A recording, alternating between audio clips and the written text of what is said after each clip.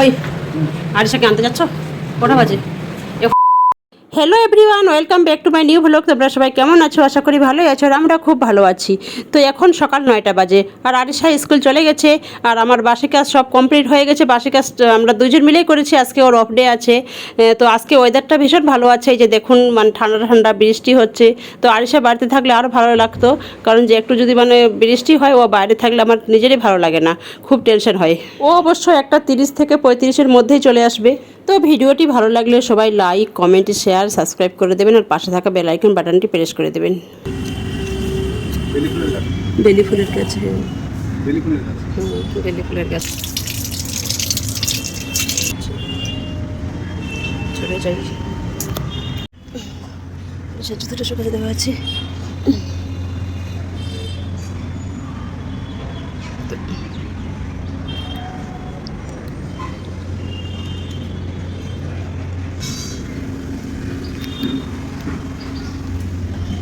দরজাটা লাগিয়ে দিই।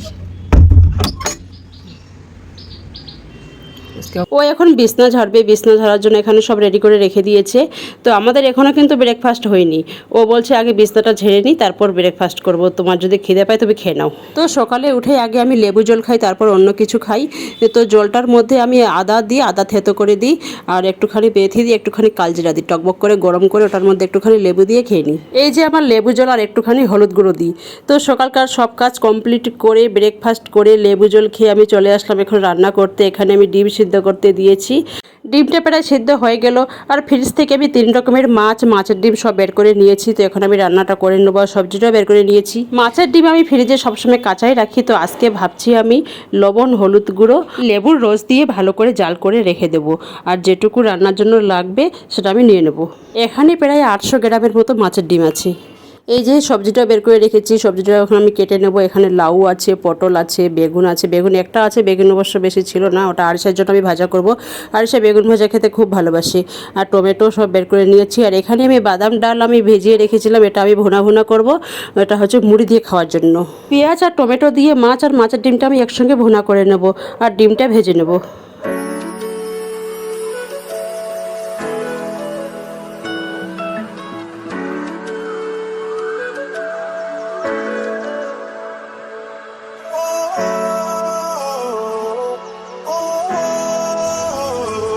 মাছের ডিমটা আমি নামিয়ে নিয়েছি। তো এখানে এই যে ছোলা ডালটা আমি ভাজা করে নিচ্ছি। ভাবছিলাম ভুনা করব, তখন ভাবছি ভুনা তো সবসময় খাই, আজকে এরকমই খাই, ভাজা খাই। তো এই যে এখন বেগুনটা ভেজে নেবো, ডিমটাও ভেজে নেবো। এখানে পটলটা কেটে রেখেছি, পটলটা ভাজা করে নেব। আর এই যে দেখুন মাছের ডিমটা ঠিক এইভাবে হয়েছে।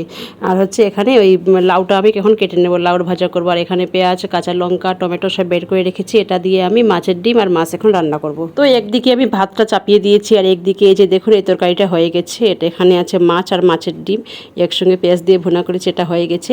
আর এখানে আমি এই যে লাউর ভাজাটা করে নেবো, লাউটাও কেটে রেখেছি। ওই আরিশাকে আনতে যাচ্ছ? কটা বাজে?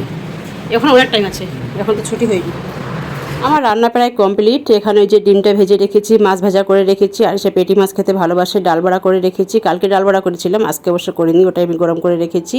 আর এখানে পটল ভাজা করে রেখেছি। এখানে বেগুন ভাজা করা আছে। এখন আমি বাকি রান্নাটা করে নেব। এখন শুধু লাউ রান্নাটা বাকি আছে।